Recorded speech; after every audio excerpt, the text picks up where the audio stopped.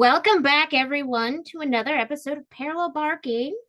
I am your co-host, Ariana Backer, with Larry Backer, woof woof. Bark Bark. And hopefully we will be able to amuse, entertain, and perplex you with some of the more interesting, if sort of on the side problems that the world continues to produce for us. And does it ever? Does it ever? And this is a little bit of a change. We've been talking AI and data. Today we're going to talk about data as well, but in much more old-fashioned sense. So take it away, Yeah, Ariana. we're talking about the more personal side of things. But still data. Yes, exactly. And reality. A move made, exactly. This has to do with Montana in the U.S., the good old state of Montana. A move made by Republican Governor Greg Gianforte, his administration, it's come just days before the Montana court will hear arguments over the legality of an ACLU, well, the previous, here, let me rephrase this. So it's very simple. Montana adopts a permanent block on the birth certificate changes that people want to make. Right, and this generally applies, and it's meant to target transgender people, especially those who've had sex reassignment surgery, but maybe in addition, and perhaps even preoperative transgender. Well, yeah, I mean, and the thing was, they wanted to make it a requirement to have the surgery before.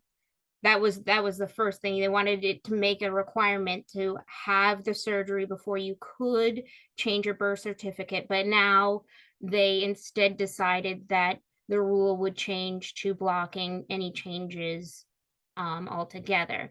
But the interesting thing about the story, and part of the interesting thing, was that the ACLU of Montana is asking the judge to clarify an earlier order that temporarily blocked the law that was requiring transgender people to have that sex change before they could change their sex listed on their birth certificate. All right, and this is actually very interesting because, in a sense, at the very limit, what Montana is admitting that under certain circumstances they will change birth certificates, but under other circumstances they won't, and then Montana chooses to decide what cluster of facts or changes are necessary in order to affect this. This affects transgender people in a very personal way, right? Because there's both a process, a spectrum, and a way of understanding sex and sexuality that is not necessarily connected with acts of surgical reassignment.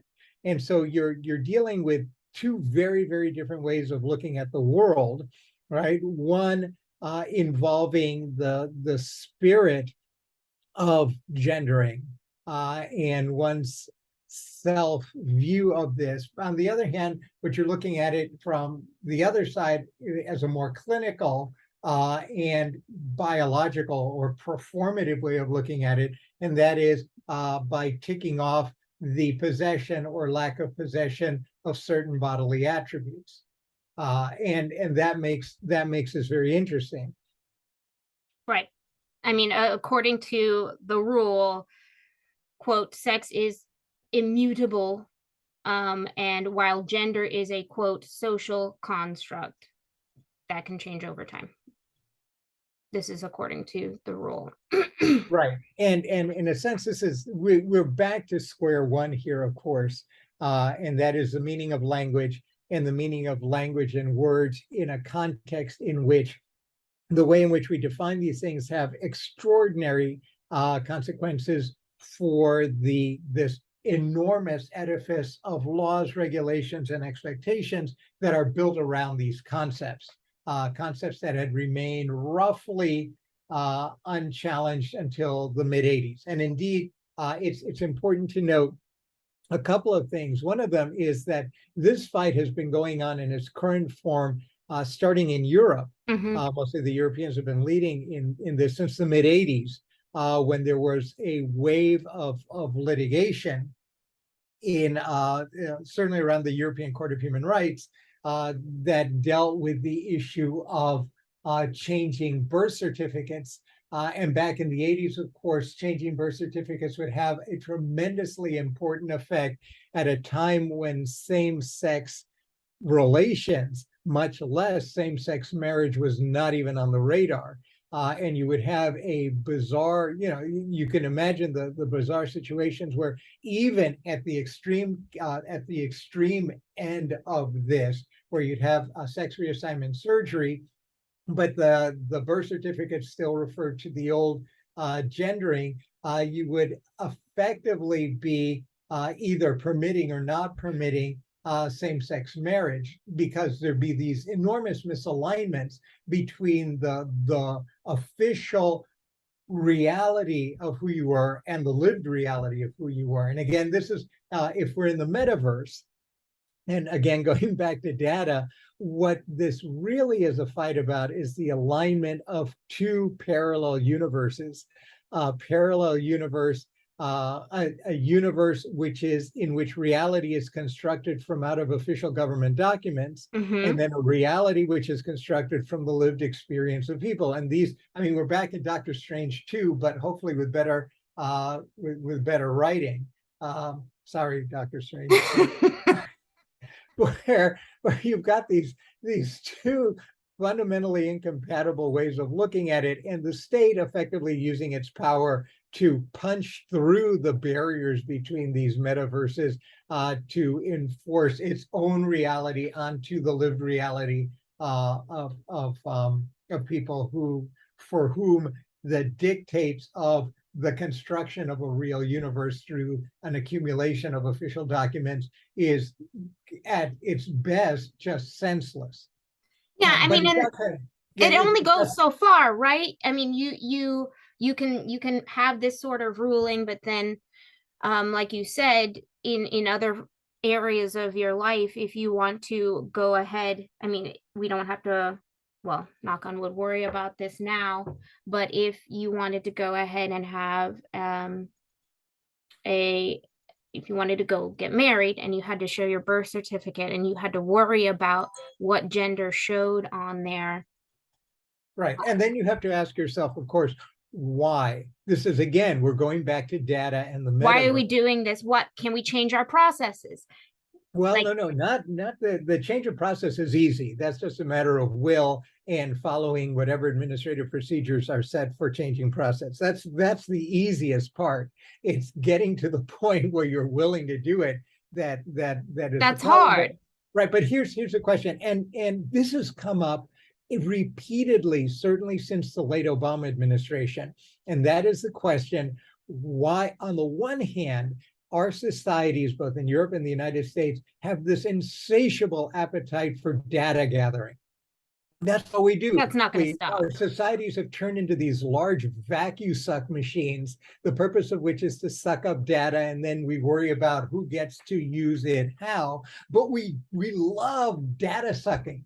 We really do. But on the other hand, right, so we've got this data suck thing. On the other hand, we have really never had conversations about why it is we want to collect data and for what purpose, right? And so in this context, we've already seen this.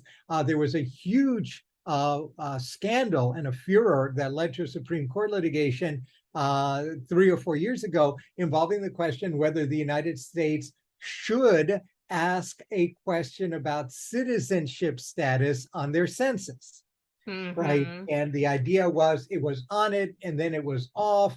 And what are the repercussions of this thing? The Trump administration at the time said that, well, all we want to do is collect information, But the other side said, well, you're not merely collecting information by privileging the collection of some information. It has significant societal and, in the case of the census, political effect.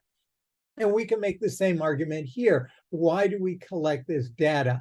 At its simplest level, right? We're collecting data because we want to know, we want a record of how many children are born with, I guess, male parts, penises, and how many children are born with what are identified as female parts, that is, vaginas, and putting aside everything else. So this is at birth. No one is talking to the baby, so we have no idea what their complex inner workings are at this point.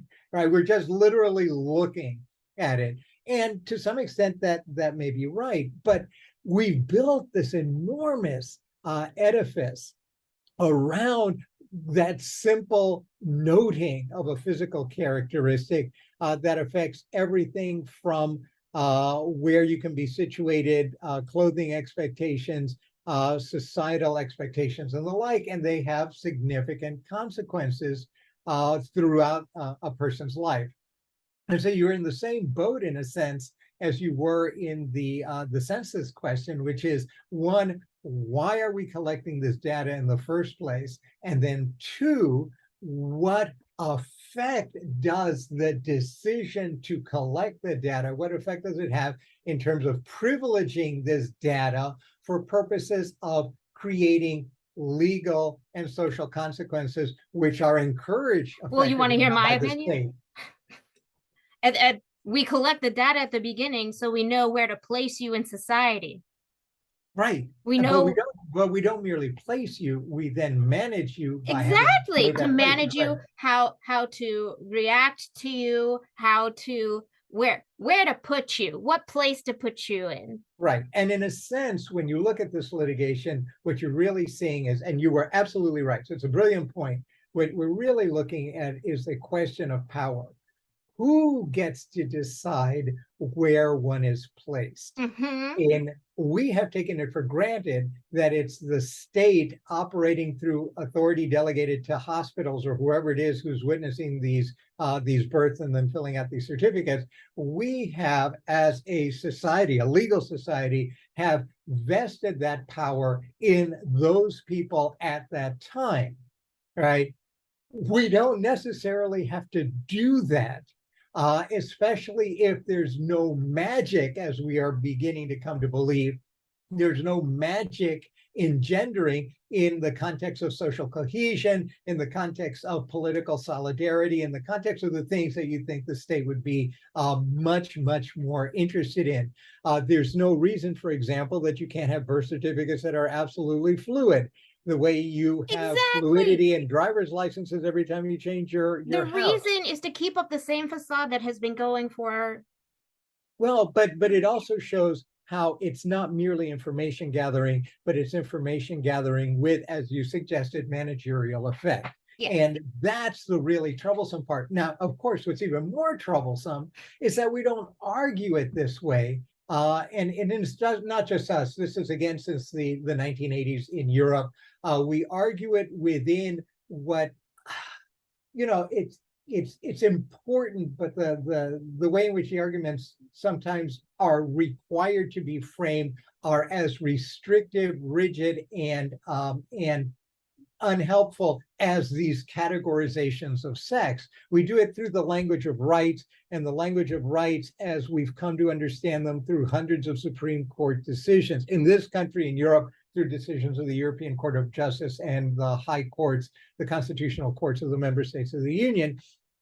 But is the kind of majestic and relatively rigid and difficult and complex language of rights really where we should be going with this, when really all we're looking at is really the power to identify and self-identify. And as long as you're identified and and there's an alignment between your self-identification and what the records reflect, which you're empowered to engage in, the state should be satisfied that they have a record of who you are, and in this case, who you think you are. and that who you think you are may change over Yeah. time, It's just a multiple little bit times. bizarre that, yeah, I mean, I love your point. It's just, it's bizarre that the state has to have that control over your definition. Right, but it also shows you the power of data and the power of record keeping. The power of data and the power of record keeping. There's actually a joke built into an opera that was written at the beginning of the 1800s. This Oh is like no. 1807 or 1808. This is Cinderella, Cenerentola. And and people have understood this. What I'm suggesting is people have understood this for 200 or 300 years, and Well, right. it's been a joke, and everyone understands the nature of it. In this case, it was for the benefit of the protagonist, but effectively, the Cinderella wants to go to the ball. Her stepfather says, "Well, we only have two sisters here, not three." And then the king's minister comes back and says, "Well, that can't be right. Well, I don't care what you think she is. Our official records indicate that you have three sisters in this household. And the reality is that you've got three sisters in this household, whether you treat her like a sister and family or not." And there you have That's encapsulated, and true. it's this beautiful set of music around this thing where they go back and forth, but you have encapsulated what is really at issue here, and that is who has the right to develop the reality, whether it's real or Right. not, The right? Who has family, the right even to define develop the the reality, family. right, through which then everything else occurs. And in that case, does she get to go to the ball or does she not get to go to the ball? In this case, do you get to be who you are or do you get to be who the state tells you you are? And if the state has the power to tell you who you are, in accordance to whatever rules strikes the state's fancy from time to time, then you've got to ask yourself, is that really the kind of power that is either necessary, efficient, or useful for the state to have? Especially in a liberal democratic society, which is founded on principles of valuing personal autonomy within, a solidarity-based political and social coherent unit.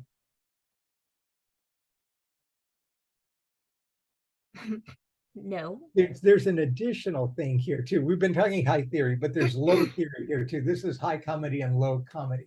There was a decision that came out, and again, I've been focusing a little bit on the European Union because a lot of stuff, the Americans tend to lag here, as Yeah, the this happened Americans have tended to earlier, do this in increasingly over the last 2011 20 years. or 92.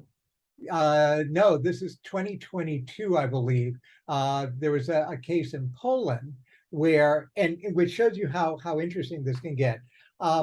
It turns out that there isn't a birth certificate. There's two kinds of birth certificates: a long form birth certificate and a short form birth certificate.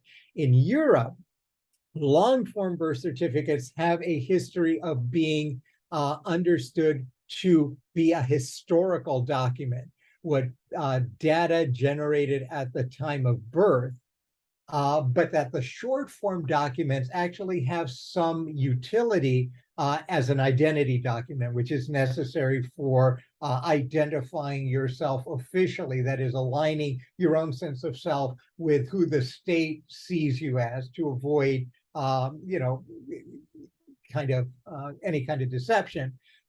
And in this case, it's been true certainly for about 20 years or so in the European Union that people are allowed to change their gender identity on the short form certificates. This is a case in which a Polish person brought suit seeking to have the long form birth certificate changed, and the court said, Wait, "Well, and look." you have to say he had his short form birth certificate updated in 1992 via court. Right. The short form birth certificate has been changed. So that aligns, and he uses a short form birth certificate in his everyday life.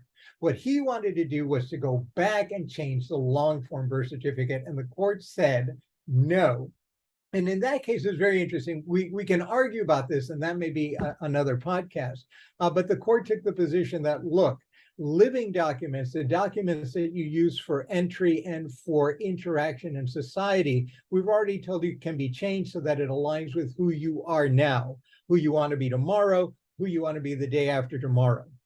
But that they then made a distinction between documents that are used for social, legal, political, and economic interactions within a society in real time, and documents that they treated as historical in nature. That is, documents that recorded data that was true enough to the extent that one understands truth. In this case, it would be physical characteristics at the time of birth. And that case is likely to come back and haunt the court. There will be a lot of people who are very angry about it, but the court took the position, look, you can be whoever you are, and you can document yourself in the state as whoever you are, but you can't alter history. So that's the approach. The counter would be, well, we're really not altering history. You didn't have enough facts at the time You're of the altering, the the historical perception event. And was so now we have to realign everything, because effectively what they're saying is the historical record has to be changed in light of who you are. And so there is an interesting question about the truthfulness of history and the truthfulness of the observance of history at the time in which it occurs. Right? That's a different story, but at least there, right, the operative document is one in which there's an alignment. In the United States, believe it or not, we also have long form and short form birth certificates I too. did not know that. The reason no one knows this is that the short form birth certificates are effectively useless. Everyone insists on, for passports and for things that matter, it's the long form birth certificates that are required, not the short form ones. There are many states that don't bother with short form ones. Why? And if you're looking at reform, Yes. and a compromise to begin taking you down the road that you should inevitably go down, one of the things that states might consider is to develop a more robust short versus long form birth certificates, treat long form birth certificates as historical events, and then we can argue about the nature of history later, but that the operative document that everyone has and readily available is a short form birth certificate in which either gender is or sex is not placed on because it has no importance for the utility of this thing as an identifying document, or one in which you are free to change that as and when you need to change that to align with your identity. That would be an easy and interesting way of doing this, but given the state of American sociocultural politics, probably as hard as changing the long form birth certificates as well. No. If they're making us change our driver's license in order to travel in the state of Washington, I know it's possible to change. Oh yeah, no. I agree. I agree. I was trying to be as sensitive to the positions of people who really ought to think a little harder about their positions, or at least develop better justifications for it. And again, notice I'm not saying that they're necessarily wrong.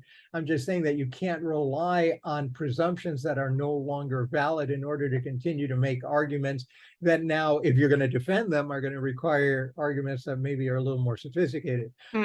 With respect to which I'm not going to sit and help create them, but it's possible to make them, and then we can engage, which is the nature of the republic.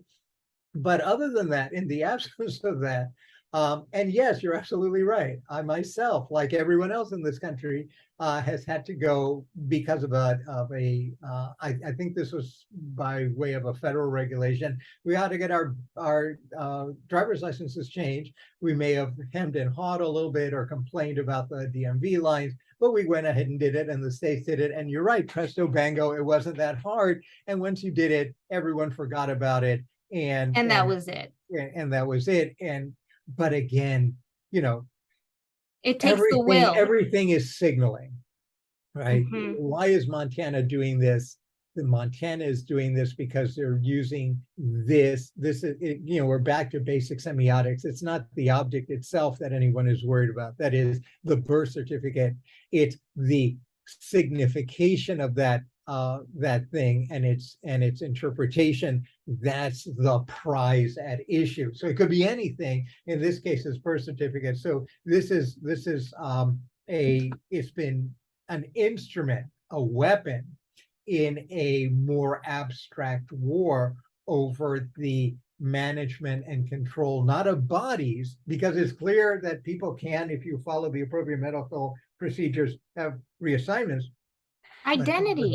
but over the mind, Yes, over exactly. what one can think of oneself and how that thinking of oneself can be expressed in social relations. In action, in relationships. Right. And then at that point, we finally get at last to the real question, which is why, in the absence of really significant justification in a liberal democratic society grounded on a core principle of personal autonomy, in the absence of a justification, why is the state expending all of this time, energy, and resources to manage something that it need not and can kick back and merely record? Yes, Right? exactly. I mean, and they would say something stupid. I don't even want to get. Well, you're being judgmental, right? No, well, I mean, they would say, well, we need, there's public order, and then they bring up the parade of horribles. And there are some horribles, because this is the problem with social transformations like these, where you kind of let go of something that all of a sudden you realize is completely and utterly irrelevant, is that there's going to be some significant, sometimes and sometimes very tragic bumps as society reorients itself. And we know the stories, people who gender themselves female but who haven't had surgical alterations, abusing that and then going in and engaging in acts of sexual violence with other people. There have been all kinds, and these are the stories that are brought in. But the problem with these stories is that you can't take them, one, out of context, and two, you cannot use a particular story to either justify, move forward, or change Not at something all. I that mean, is a that collective, doesn't make right? sense at all. I mean, Right. no. But there are all Anecdotes. kinds of, right, there will be all kinds of things that are going to have to change with changing this. This isn't merely, oh, I'm changing my shoes. This is really, and the conservatives are absolutely right in pointing this out, this is merely one brick in a very large structure that is being rebuilt.